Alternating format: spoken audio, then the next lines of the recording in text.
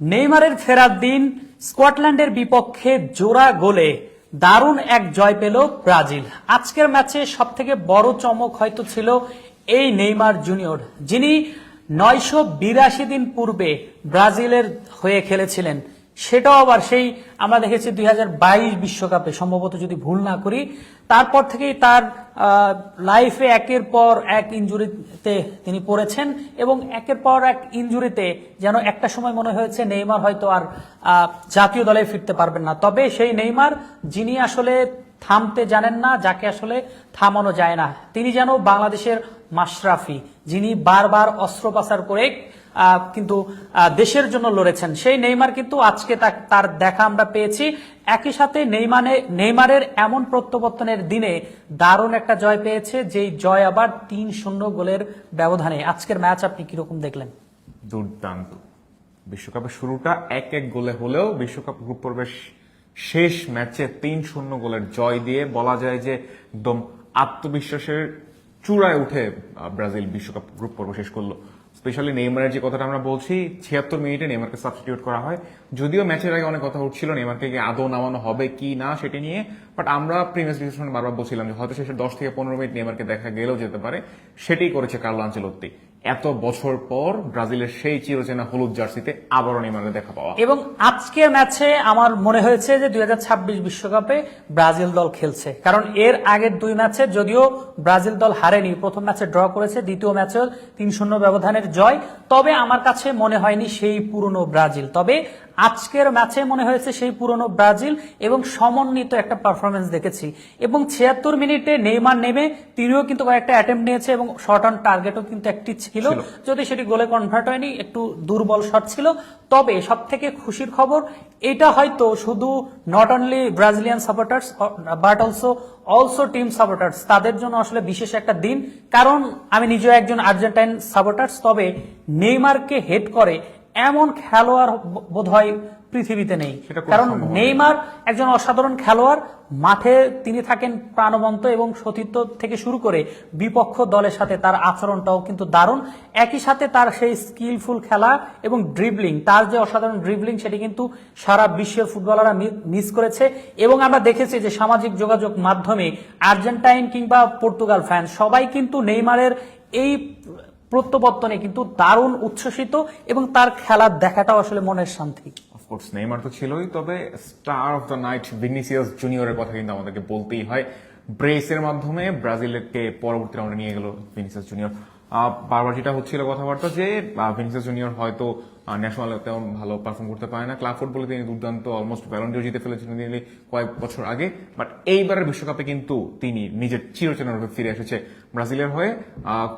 3 ম্যাচে 4 গোল করেছেন তিনি। তো ব্রাজিলের right now leading goal scorer Vinicius junior. তো রিয়াল মাদ্রিদের ফ্রন্টম্যান যখন ব্রাজিলেরও ফ্রন্টম্যানের দায়িত্বটা পালন করছে, ব্রাজিলের মেইন ম্যানের দায়িত্বটি পালন করছে, ব্রাজিলের জন্য ইটস এ ব্লেসিং। রাফিনহার মতো প্লেয়ার যেখানে বার্সেলোনা ক্যাপ্টেন হয়ে ব্রাজিলে ডেলিভার করতে পারছিল না, সেখানে কিন্তু দায়িত্ব নিয়েই ভিনিসিয়াস জুনিয়র খেলেছে। অন্যদিকে ব্রাজিলের অন্যতম সমস্যার কারণ, যেটা আমরা প্রি বিশ্বকাপ আলোচনায় বারবার বলছিলাম, ব্রাজিলের হোল্ডিং মিডফিল্ডার নেই।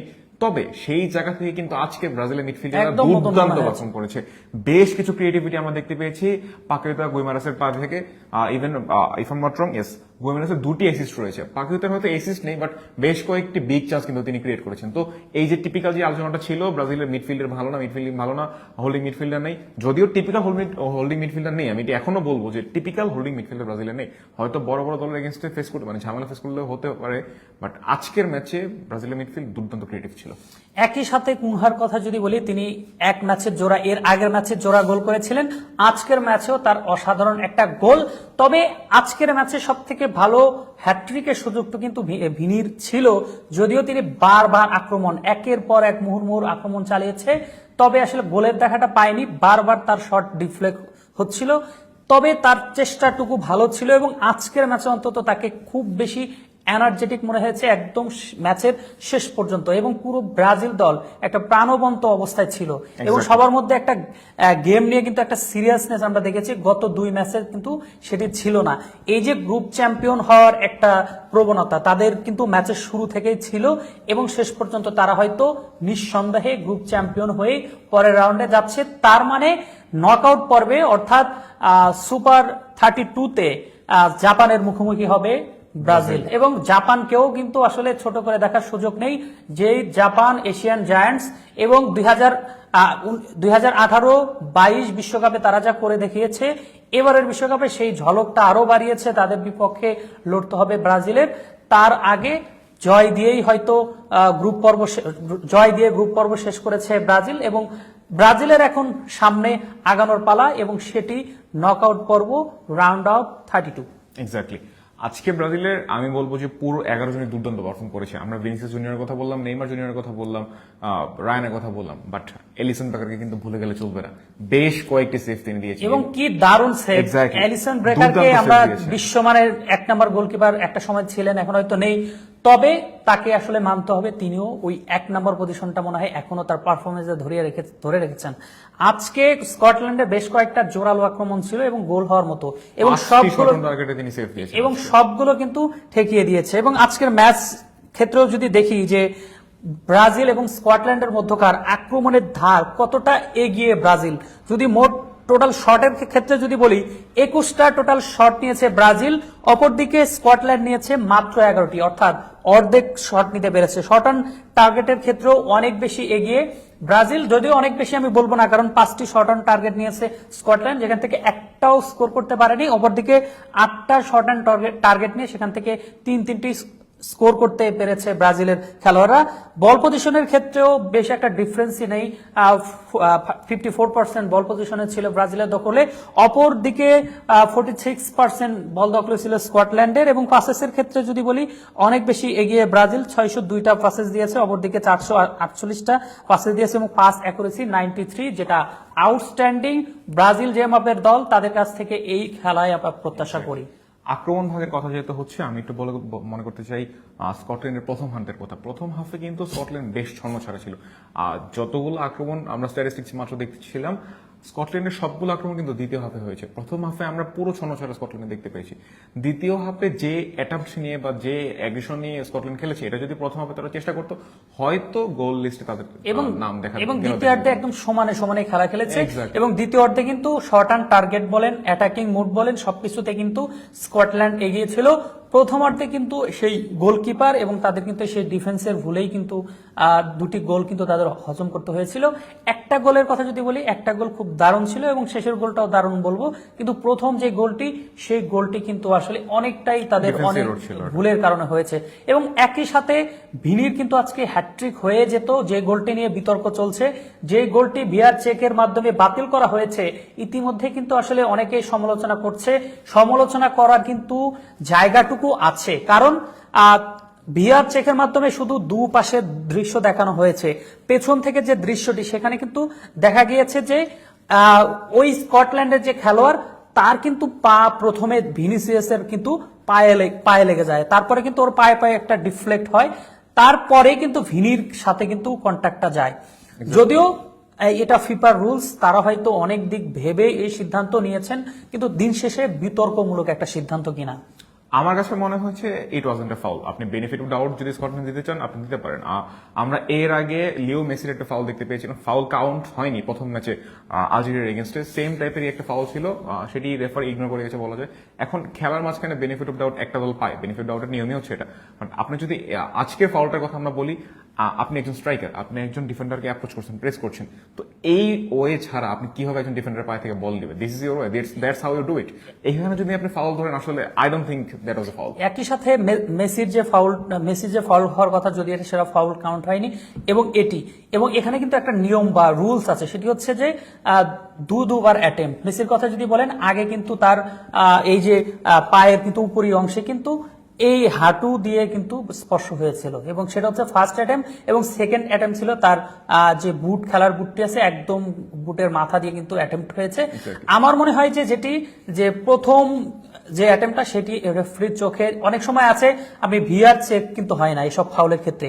রেফারি প্রথম চান্স এসে যে যার নজরে যেটি পড়বে সেটি কিন্তু কাউন্ট মেসিটি তো ভিআর পর্যন্ত যায়নি, যাবেই না। ডিসিশন দিয়েছে। আজকের ম্যাচটা ভিআর পর্যন্ত গেছে। আজকেরটা আমার মনে হচ্ছে যে বেনিফিট অফ ডাউট এটা ব্রাজিলের পাওয়া উচিত ছিল, কারণ অ্যাজ এ স্ট্রাইকার আপনি যখন একজন ডিফেন্ডারকে অ্যাপ্রোচ করবেন, ডিফেন্ডারকে প্রেস করবেন, that's how you press a defender.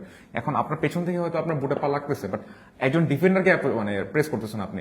If you are a defender, আপনি যদি স্ট্রাইকারকে প্রেস করতে চাচ্ছিলেন তাহলে রুলটা ডিফারেন্ট হতো, কারণ আপনার তখন পার্সপেক্টিভ চেঞ্জ হয়ে যেত। তবে নিয়ম কিন্তু একটাই, সেটি হচ্ছে যখন আপনার বলে কানেকশন থাকবে এবং তারপর যদি আপনি তার সাথে যদি অ্যাটেম্প্ট হয়, সেটা কিন্তু ফাউল কোনোভাবেই হবে না। সেক্ষেত্রে ভিনির কিন্তু বলের সাথে কোনো টাচেস হয়নি, যার কারণে কিন্তু এটা কিন্তু একটা বৈধ ফাউল এবং শেষ পর্যন্ত কিন্তু সেটি হয়েছে।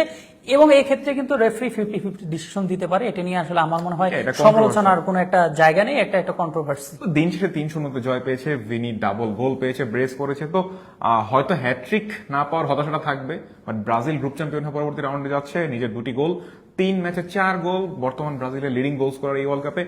সব মিলিয়ে বেশ ভালো দিন গিয়েছে ভিনির, আমি বলতে পারি। এটা নিয়ে আসলে মন খারাপ করে থাকার কিছু নেই। এবং এই গ্রুপে কিন্তু একদম টোটালি কিন্তু একটা মানে দারুণ অবস্থা। যদি ব্রাজিলের ক্ষেত্রে যদি বলি, তারা 3টি ম্যাচ খেলেছে, 1টি ম্যাচে ড্র করেছে, 7 পয়েন্ট নিয়ে প্রথম স্থানে আছে। অপরদিকে কিন্তু সমপরিমাণ 3 ম্যাচে 1টি ড্র, 2টিতে জয়, এবং মনে হয় একইভাবে জয়ের ধারা দুই দল রেখেছে। যদিও র্যাঙ্কিং ব্যবধানে হয়তো আমার মনে হয় গোল এবং র্যাঙ্কিং ব্যবধান তো আছেই।